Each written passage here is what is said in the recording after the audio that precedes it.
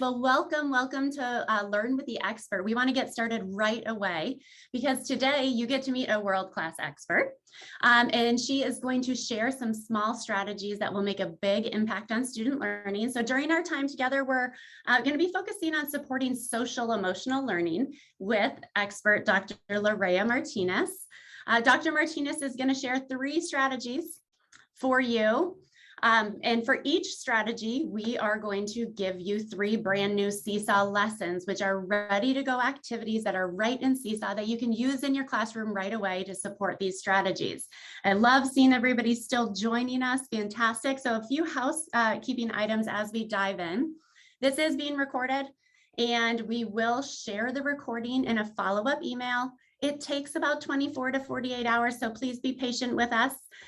If you have questions during the session that you would like Dr. Martínez to answer, please put them in the Q&A. So right now you're putting stuff in the chat. You'll also see at the bottom a Q&A. When you put your questions in the Q&A, this ensures we will not miss them. It also ensures that if a question goes unanswered because we don't have time to answer it, then we'll reach out after with answers to those questions. So other comments or ideas can be put in the chat, but if you have a formal question, please go ahead and put them in the Q&A. So to start, my name is Tracy Purdy, and I'm the Training and Professional Development Manager here at Seesaw. We actually get to be in the Seesaw headquarters. Allie and I are together. This is a very unusual thing to be doing, but very fun. I'm a former 4th grade and 6th grade teacher, and I usually am in the Minneapolis area. And I'm Allie, as Tracy said. I am one of the training and professional development specialists here at Seesaw. I also was a former 4th grade teacher as well as 5th grade, and then I was an instructional coach and reading interventionist prior to working at Seesaw. And normally I am in Denver, Colorado. I did see a few people say Colorado, so excited to have you all here today. Well, great. Let's go ahead and get started and let's meet our expert. Dr. Lorea Martínez is an award-winning founder of Heart and Mind Consulting, which is a company that is dedicated to helping schools and organizations integrate SEL, social emotional learning, into their practices, products, and learning communities. She's an educator who's worked with children and adults internationally. Dr. Martínez is a faculty member at Columbia University Teachers College, educating and inspiring principals in emotional intelligence.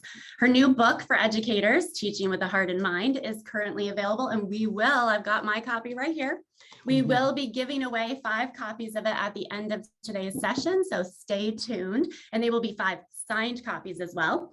She previously was a special education teacher and administrator. She frequently blogs about how to incorporate SEL into teaching practices and parenting on her website, and I get these weekly parenting emails, and they're so helpful. So welcome, Dr. Lorea. We'll put your website in the chat as well, but we are so excited to learn with you today.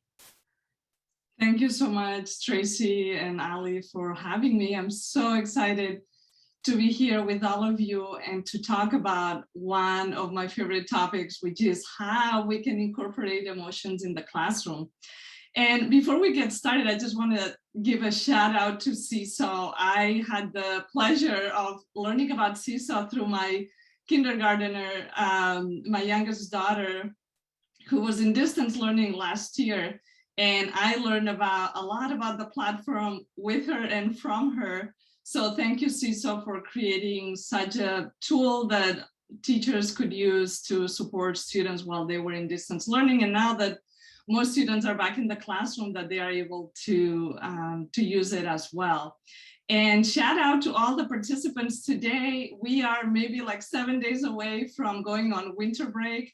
And we have a big group of educators tuning in today. So shout out to all of you for making the time to learn about social emotional learning. It's a topic that is very important to me. I've been researching and studying and implementing SEL for many years, and I'm happy to be sharing some of the things that I've learned with all of you today.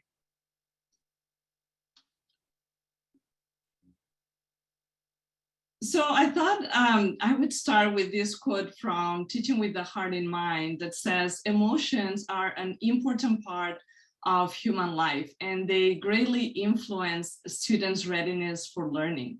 And just as a test right here with all of you. I would ask you to just put in the chat, what are some of the emotions that you're bringing to this space today? What's coming up for you as you are connecting with the Zoom meeting? Maybe you had a busy day, maybe you had some challenges with students or something happened when you got home. What are you bringing into the room today? So just hop into the chat and tell us about it. So I see excited and curious, anticipation, gratitude. There's some exhaustion, some fatigue, some curiosity. I love curiosity as a leading emotion for learning. Some people are feeling overwhelmed, scared, intrigued about this topic. So this is, all of these emotions are gonna influence how you become aware of what's happening in this session, and also your ability to pay attention, to make connections to what I'll be sharing with you today. So it's important to welcome emotions into the classroom because they guide our attention, they guide how we respond to our surroundings, and they are very important in our role as educators, but also in what students bring into the classroom. So a big part of learning about social emotional learning is actually unlearning some of the misconceptions that we learn as educators, even just as adults growing up, and unlearning some of those misconceptions so we can learn what is the real purpose of emotions and how we can bring them alive into our classrooms. Next slide, please. So emotions are data. They are information about what's happening inside in response to an internal or an external stimulus. And once a stimulus has been generated, there is a process to appraise it. Is this positive? Is this negative? Am I under threat? And based on the answer to those questions, there is an emotional response.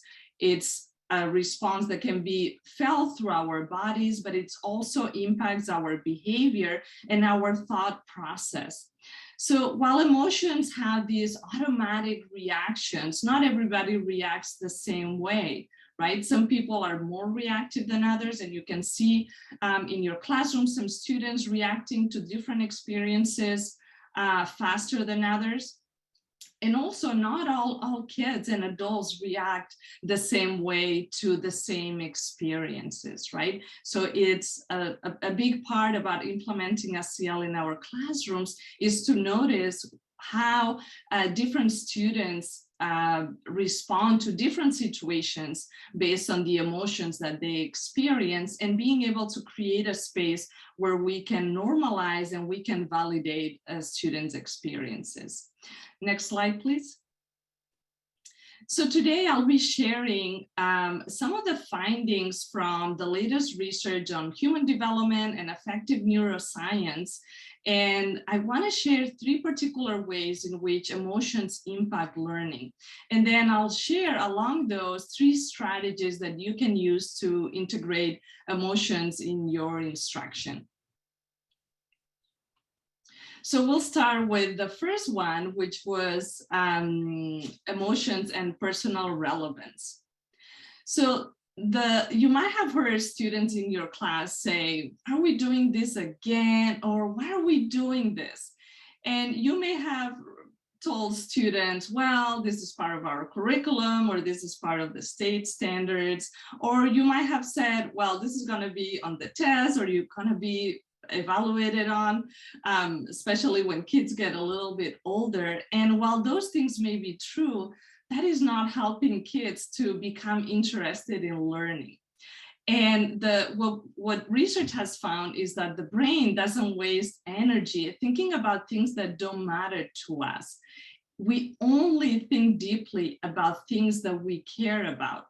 And if I think about students in classrooms, we want them to be deeply considering and thinking about their numbers, their letters, their writing, all those things that you do in the classroom. You want students to be really thinking about those things in deep ways.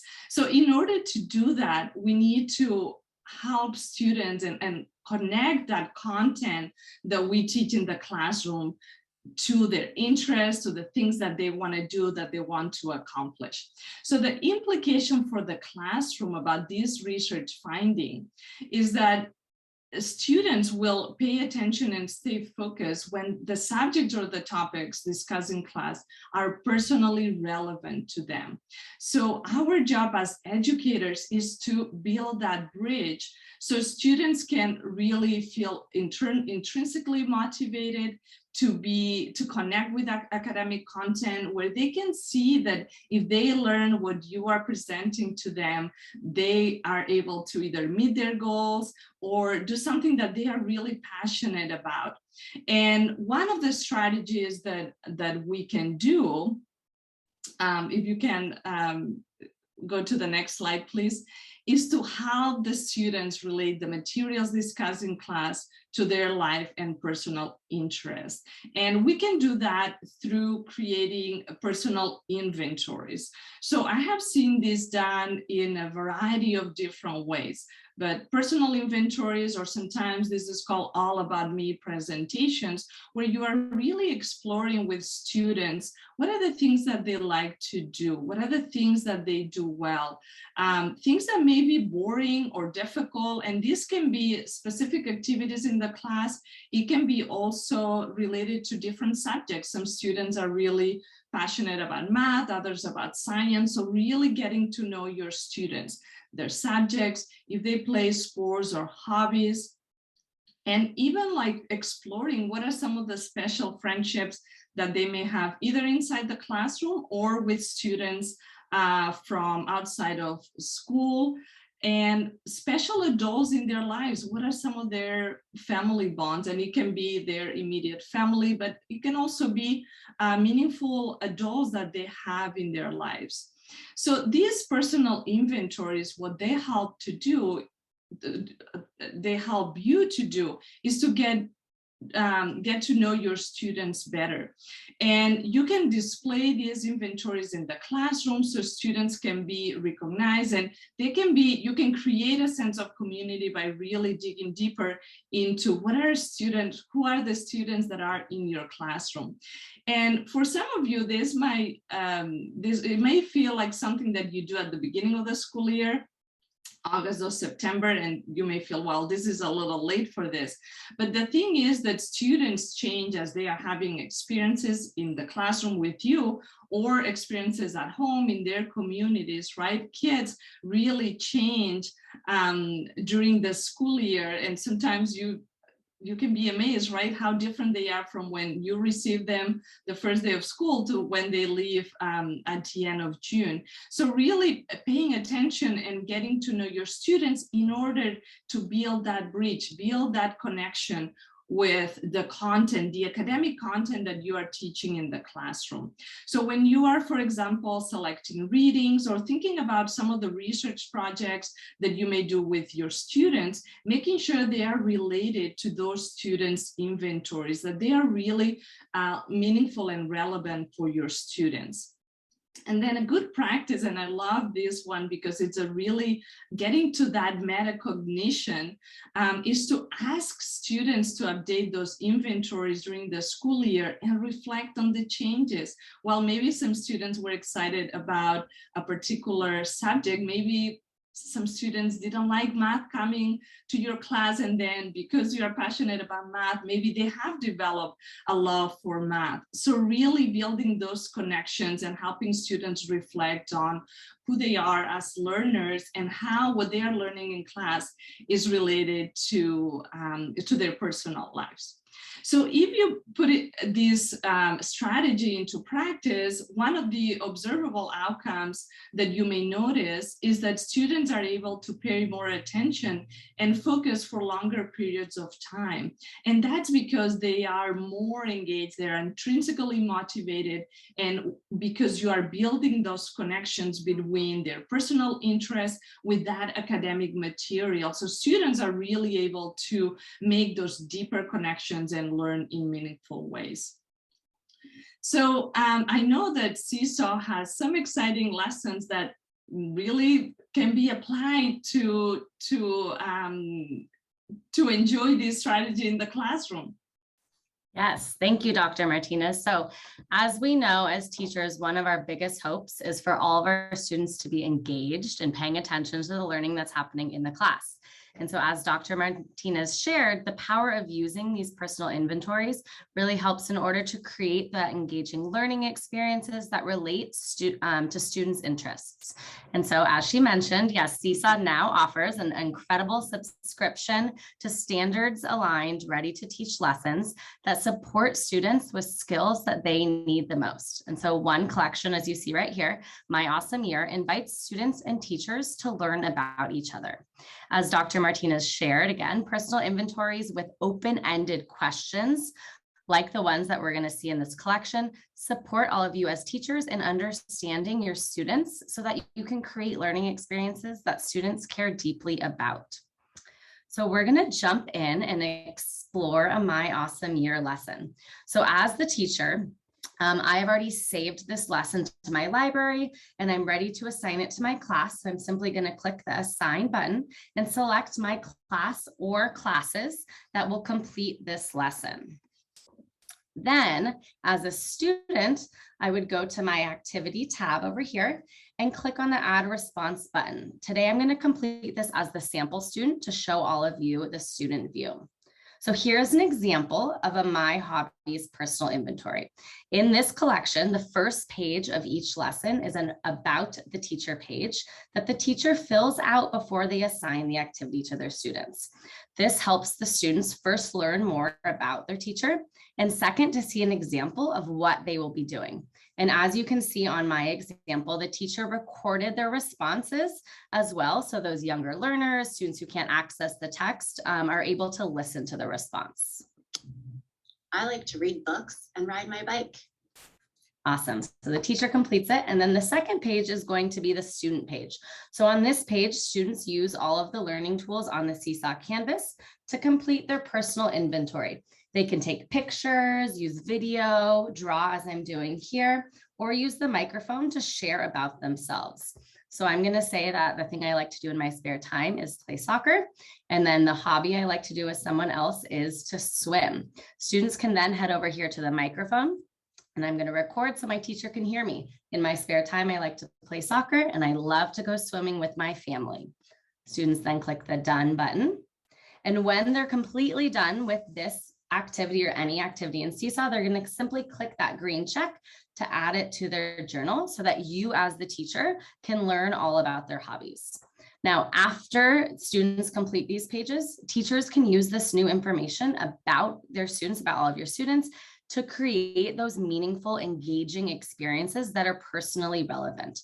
And of course, it's also really fun because the students can get to know their classmates better. We saw in the chat, Molly called out that, personal inventory could be added to the blog, and that's an awesome way for students to be able to get to know each other within Seesaw. So we have, as Tracy mentioned, we have 3 My Awesome Year activities to share with you today that you can explore and assign to your class to get to know your students better. Now, even though these lessons have grade levels attached to them, you can, of course, use all 3 in any grade. And we're going to wait and we'll share the links at the end of the session in a participant handout, as well as in a follow-up email for all of you. Yep, and it is, you're very true. Yep, it is. We're getting great feedback from you in the chat. Just a reminder, if you have questions, put them in the Q&A, but keep that chat coming in too. And we'll share these lessons a little later. Awesome. Okay, back to you, Dr. Martinez, for strategy number 2.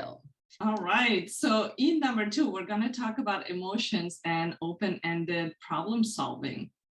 So there is a second way in which emotions impact learning.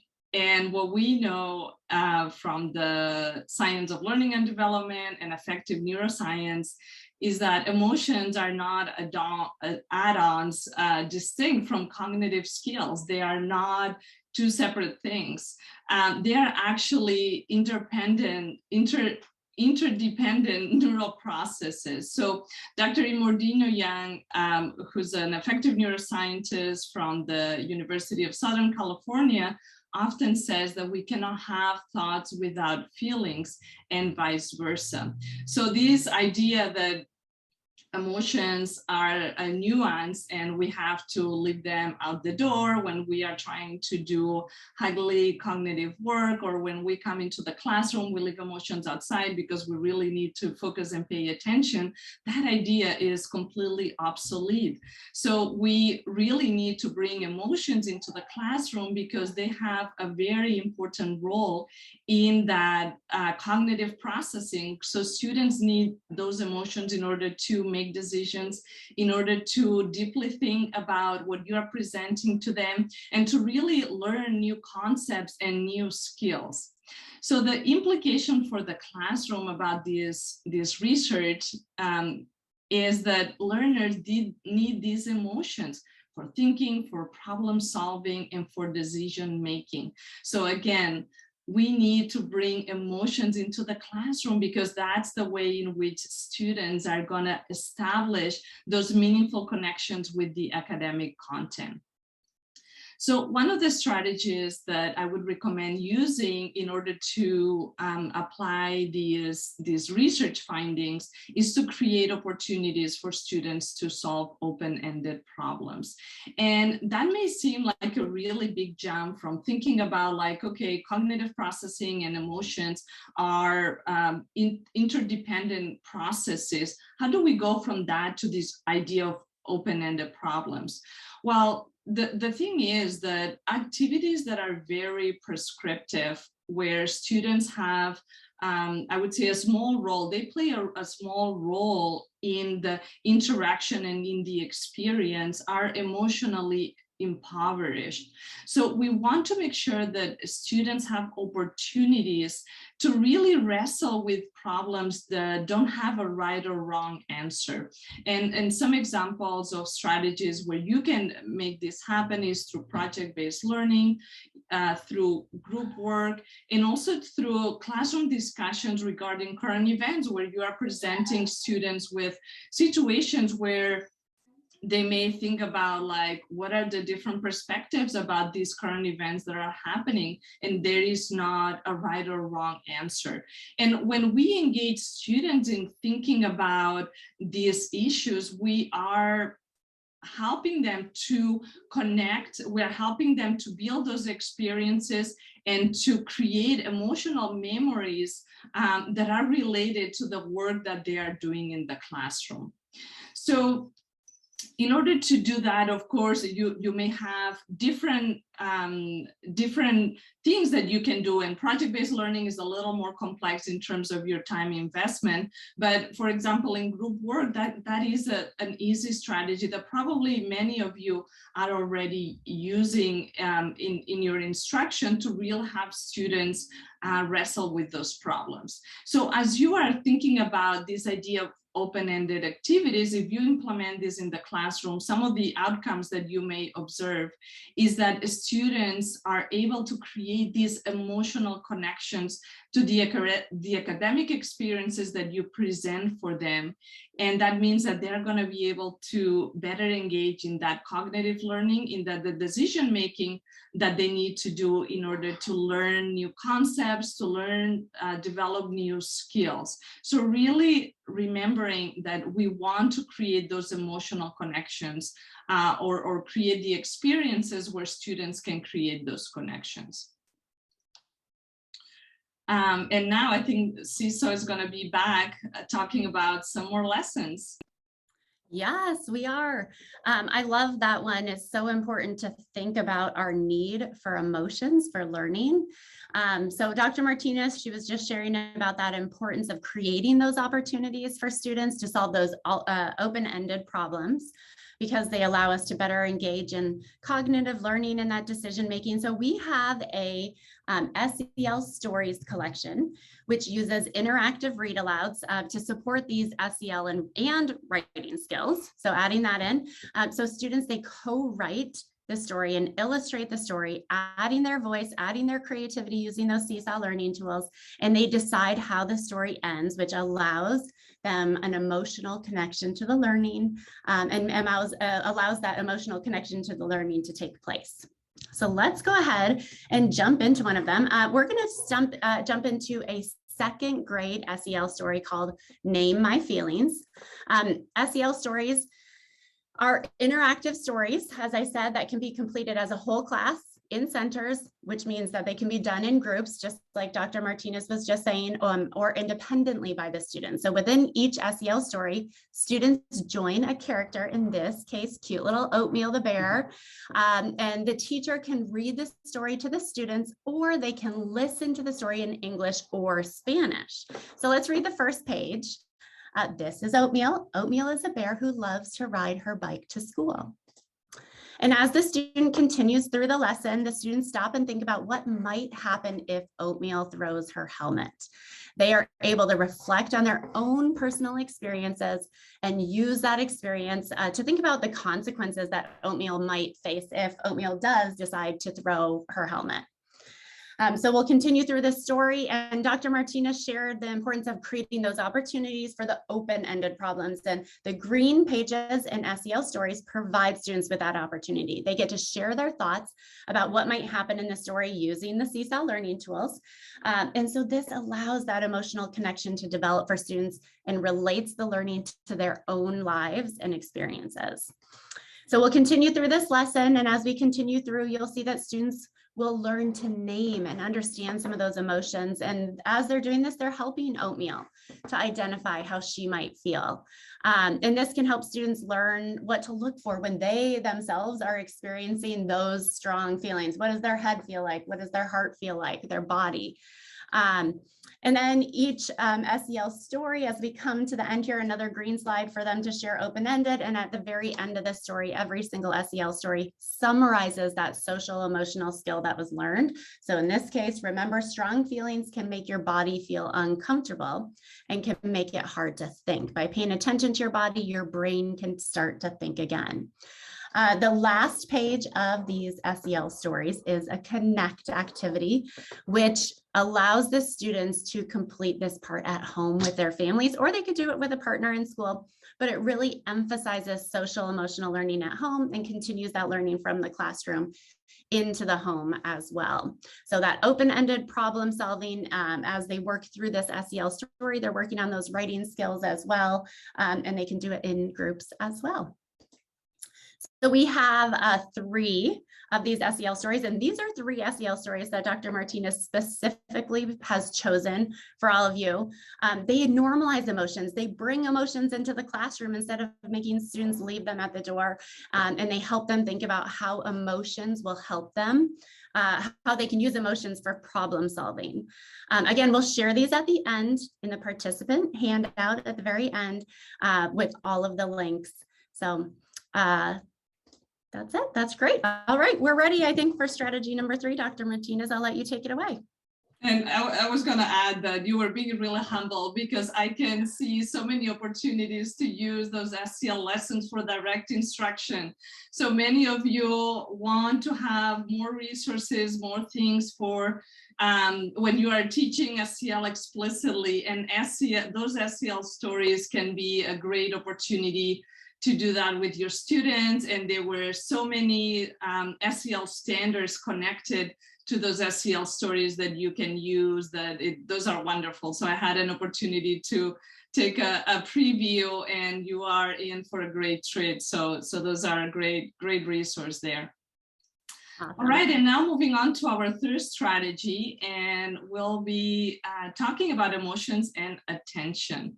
So the third way in which emotions impact learning. So I was saying earlier that emotions drive our attention. So they influence our ability to process information and understand what we encounter.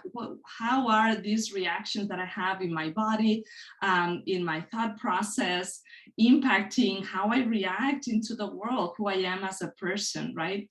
But the thing is that not all emotions are the same. many times when we are experiencing big feelings, and that is very true for our students, as you are probably know, when they're experiencing those big feelings, they are not able to focus, right? Our brain doesn't work well under stress.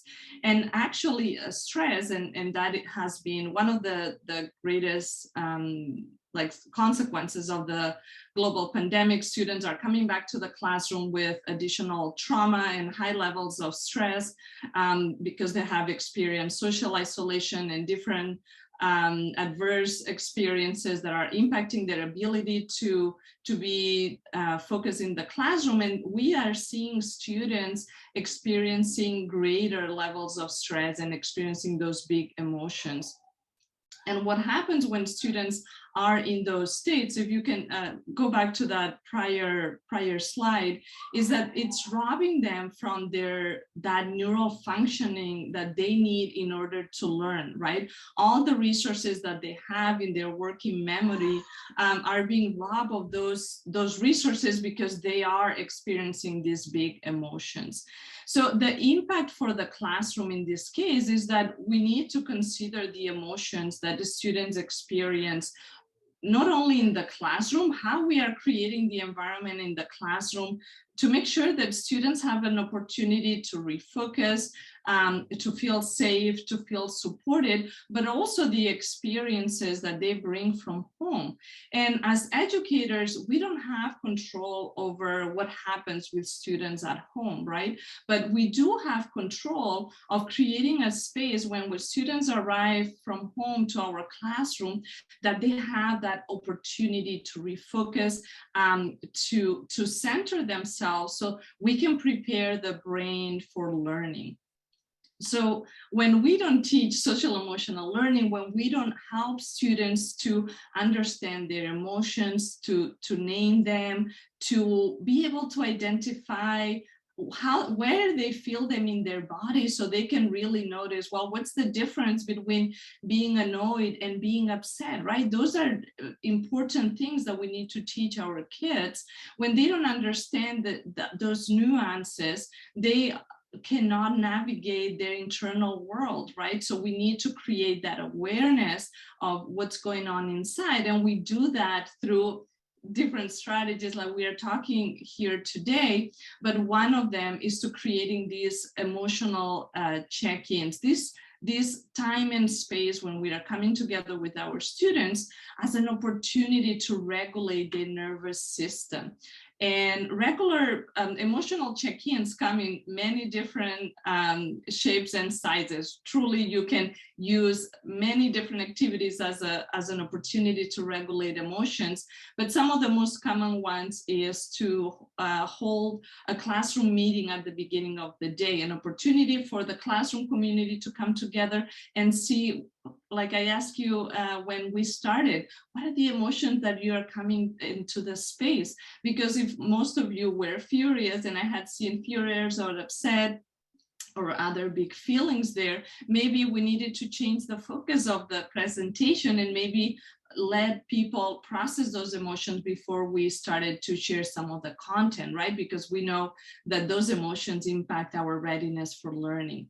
Other opportunities, when transitions tend to be hard for kids, right? If you are coming from recess back into the classroom, or kids are transitioning from different teachers, they need some time to reconnect, right? To gather themselves and to regulate the level of energy, right? Sometimes we are doing activities in the classroom that require our students to have higher levels of energy, and that's okay. But sometimes, depending on the activity, we need to regulate that energy. So, for example, doing some silent journaling or drawing about their feelings might be a good opportunity to help students transition between different activities. And then this idea of exit tickets, I know many of you use exit tickets in your classroom for academic learning. So here's an opportunity to use exit tickets to inquire about students' emotional experience during the day. What is the emotion that they have when they leave your classroom? And one of the questions that I really like to ask educators when I do trainings is, what are the emotions that you want students to feel in your classroom? And then looking at the teaching strategies that you use and seeing, are those aligned?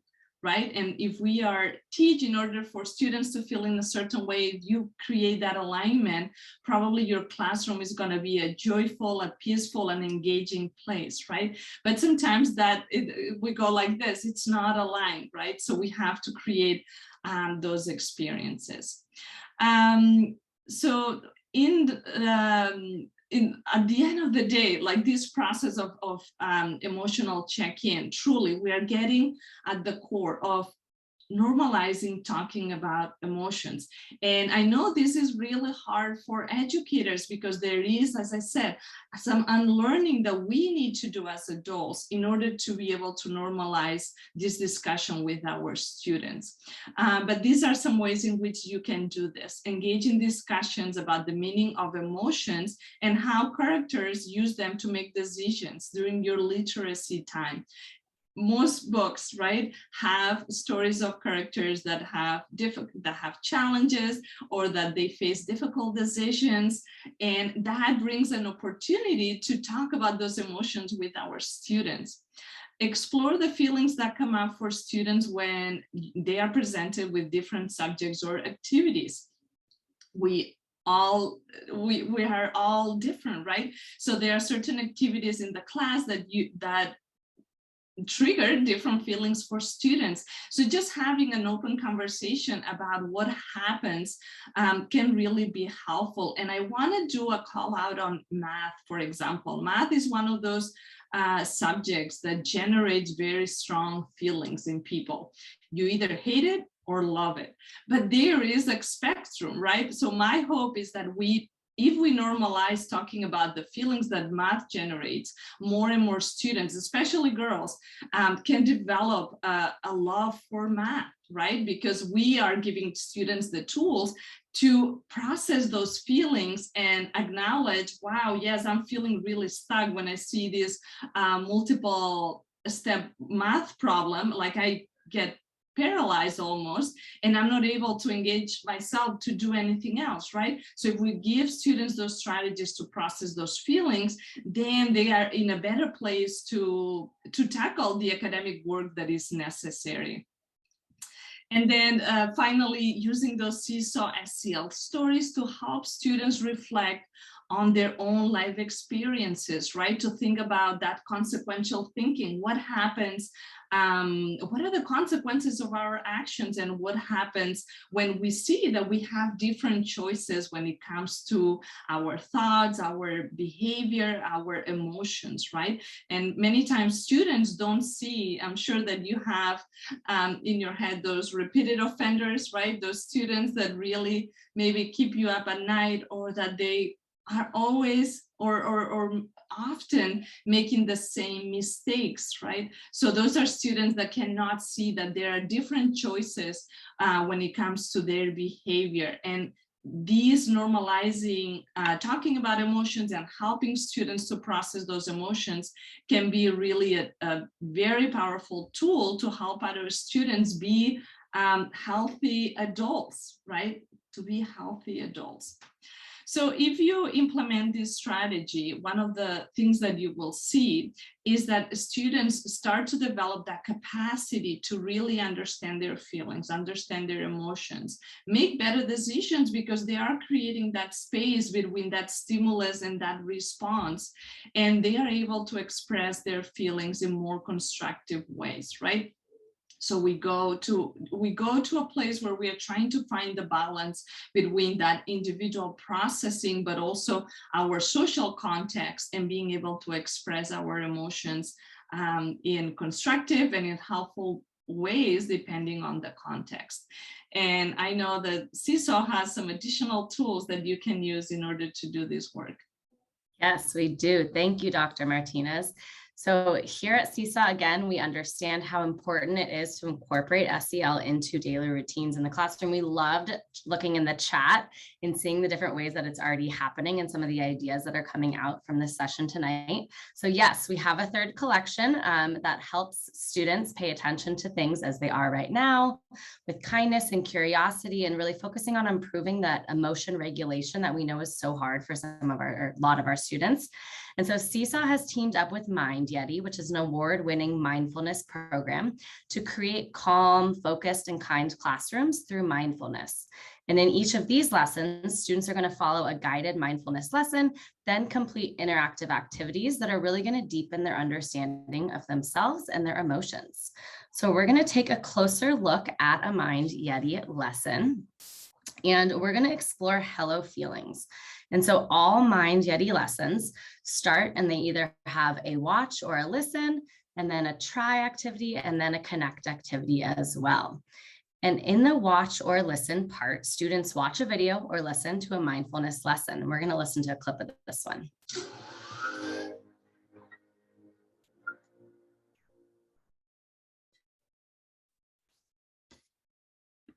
Hello, welcome to Mind Yeti. Our minds have different kinds of hubbubbles, thoughts, feelings, and sensations. Our feeling hubbubbles are all the different emotions or feelings like sadness, happiness, or anger that we feel every day. Today, we'll take some time to notice our feeling hubbubbles. Before we begin, take a moment to sit comfortably with your back straight and your feet or legs resting on the floor. Great. So after listening or watching, students then do a quick emotional check-in, and we prompt them here to use the drawing tool, the pen, to share how they're feeling after listening to the episode. So right now I feel calm, so I'm going to use that drawing tool to circle calm. Next, students move on to the try section of the lesson. Students are given some examples, and then they're given a task to try. Now in this lesson, they share what they look like when they feel a certain way. And so I'm feeling super excited to be here with all of you and Dr. Martinez. And so I'm going to use that drawing tool again to write excited. And then I'm going to use the camera tool, and I'm going to take a picture of my excited face. There we go. Resize it or move it if I need to. Of course, students can use any of the multimodal learning tools in Seesaw to complete this lesson, the video, drawing tool, typing, whatever they would like. And then all of our Mind Yeti lessons end with a connect activity that can be done, as Tracy mentioned previously, either with a partner in the classroom or at home with families, to really connect that learning that's happening in the classroom to their learning at home. Which you probably saw as a common theme in a lot of our Seesaw lessons, that we do emphasize that learning loop at Seesaw, where we connect the educators, the families, and the students all together in the learning, because we know that when they all come together, it's much more powerful for the students and deepens their learning. Great. So to support you and your students in learning to regulate and understand emotions, we have 3 of these Mind Yeti activities for you. And as you can see, again, these can be used with all kindergarten through 2nd grade, not one per grade level. And again, we will share these links at the end of the session in the participant handout, as well as in the follow-up email. So now let's reflect on the 3 ways emotions influence learning and the 3 strategies that you can use in your classroom with Dr. Martinez. So back to you. All right. Wow. I think that we have covered so much in such a short period of time. I'm feeling very inspired, and I can see so many opportunities to use these tools in classrooms around the world. So today we have talked about these 3 ways in which emotions influence learning. So we talk about the fact that we think deeply about things that we care about. So if we don't care about certain topics, we're not going to be engaged in deeply considering what this means for me, right? So we want to make sure that learning is engaging for our students, that is personal relevant to them. The second way is that we cannot have thoughts without feelings and vice versa, right? Those are two complementary things that we need in order to make decisions, to learn new concepts, to learn new skills. And finally, that emotions drive our attention. They influence our ability to process information, to be ready for learning and understand our context. And then for each one of those research findings, we have shared 3 strategies that you can use to integrate emotions in your classroom. The first is to make sure that the material is personally relevant for your students, right? That you are making the connections between those materials and the life and the personal interests of your students. Second strategy, that you create those opportunities for students to solve open-ended problems. Why? Because prescriptive activities are emotionally impoverished, right? So we want to make sure that students are building those connections, those emotional connections with what they do in the classroom. And finally, building those regular emotional check-ins with your students. Again, this is something that we have to do systematically, right? We don't do it when we feel like they're out of control, or it's a day when things are not going the right way. We want to make sure that that's something that we do on a regular basis. So we're helping students to normalize talking about their emotions as a way to know themselves better, but also to make better choices. And a note about any time that you try to do something new. So hopefully you heard something new that you want to go and do in your classroom tomorrow, right? Tomorrow morning, first thing. And there is a process moving yourself from judgment in a place where you say this is right or wrong to a place of curiosity. And I know that several of you started the session today saying, I'm feeling curious. Well, guess what? Curiosity is a wonderful emotion to drive learning. Why? Because when we are experiencing curiosity, our brain is open for learning. We are open to do new things, to try new activities, to maybe look at things from a different perspective. So I would want to encourage you all to approach this process of maybe implementing some of those lessons from Seesaw, to think about some of those strategies from a place of curiosity. And this is my contact information. I have a website where I have been blogging for many years. So go ahead and head over loreamartinez.com. The first chapter of the book is currently available for free. So that's a free downloadable on my website. And if you hang out on social, I'm on Twitter at Lorea Mart and Facebook at Lorea Martinez SEL. And of course, if you want to know more about teaching with the heart in mind, you can always grab a copy of the book. It makes for a great gift for educators. So during the holidays, if you are not sure what to gift your colleagues, that can be a great gift. And just a sneak peek into what teaching with the heart in mind really is. So HEART is an acronym that stands for 5 essential social emotional skills. And you have them here on the slide. Unfortunately, I don't have time today to go deeper into the model, but I'm hoping that you check out those resources and that you are willing and open and excited to learn more about it. And it is a fantastic book that I keep on going back to over and over again. And as I said before too, going to Lorea's website, and I subscribe to the parenting newsletter, which is fantastic as well. So there's some great resources there. We also, thank you so much, Dr. Martinez, for sharing all this. So helpful. I love seeing the responses in the chat right now, that people are feeling like they had a little bit of inspiration to be able to go and do this stuff, and reminders to do this in the classroom and how important it is, and to really appreciate and understand those emotions of our students, because I know that they have a lot of emotions right now.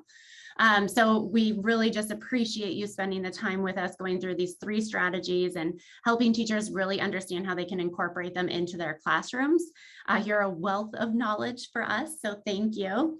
And as promised, we're finally ready to share with you the handout that has all of the links. It's broken down by the strategy. And there are 3 lessons per strategy that you can go and use in your classroom right away. You simply have to click the link and you save it to your My Library.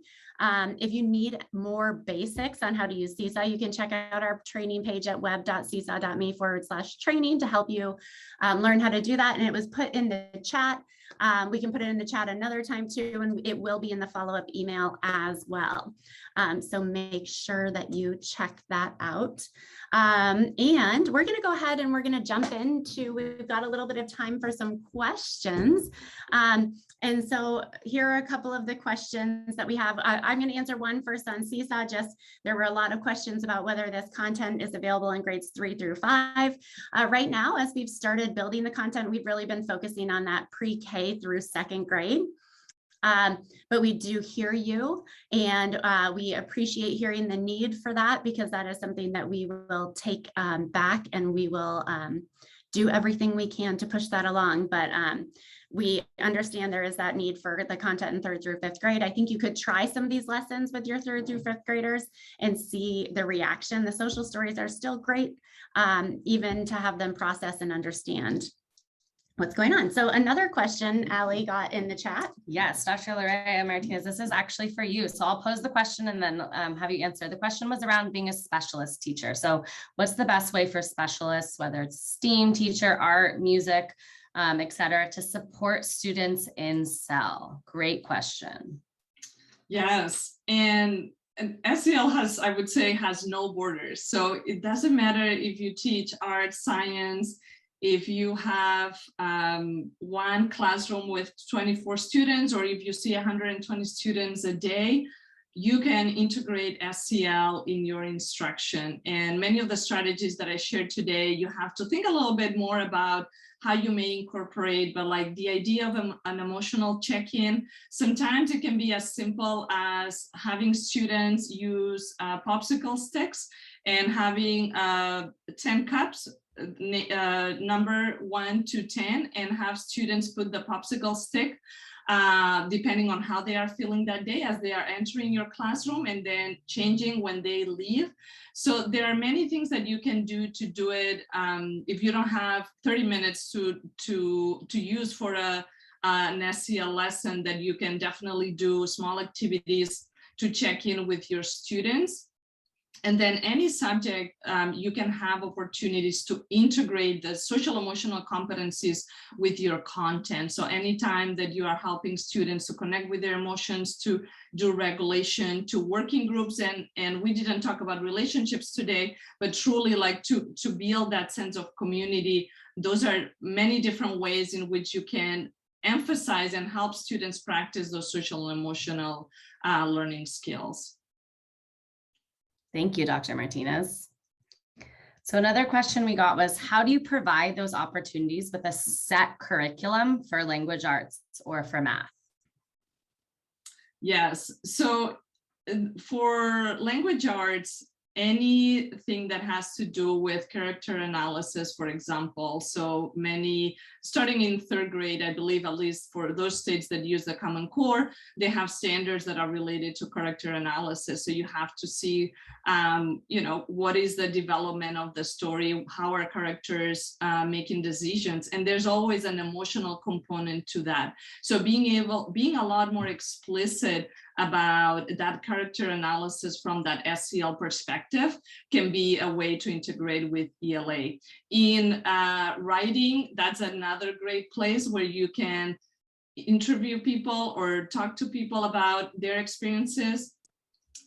Hero's journey, right? When you are writing a story and you are describing a problem, how that problem gets resolved, how are the characters reacting, there is a lot of SEL in writing stories. And even in nonfiction, there are ways to connect with your reader, right? As a writer, those are ways also in which you can see SEL reflected.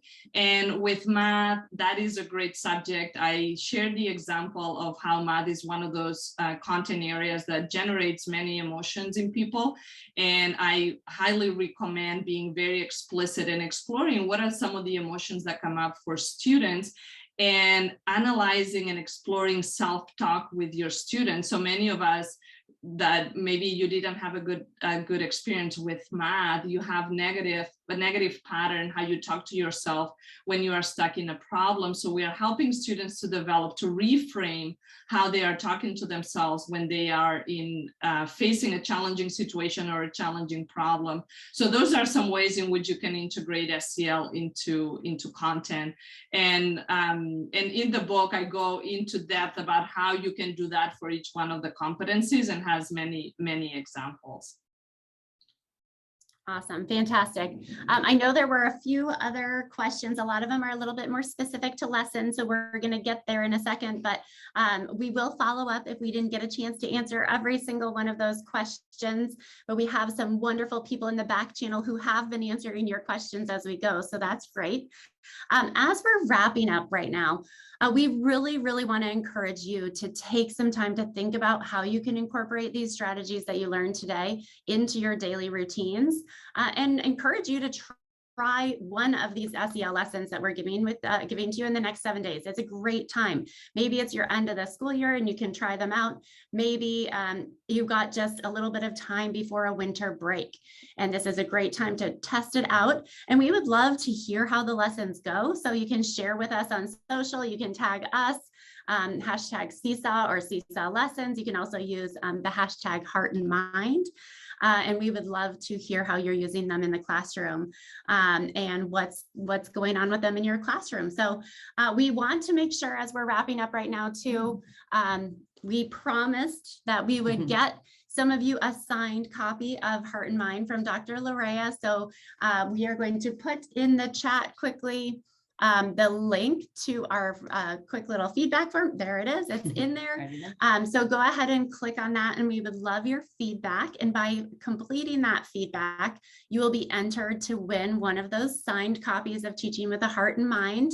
And we'll reach out to the winners following this session.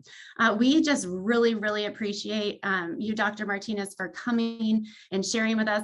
Allie and I were just reflecting on how practical, how you know teachers, how you know what's going on in the classroom, and all of the strategies that you shared are just useful, very useful and practical, and so helpful for our students right now. So we really appreciate your time with us. This has been a really fun hour to be together.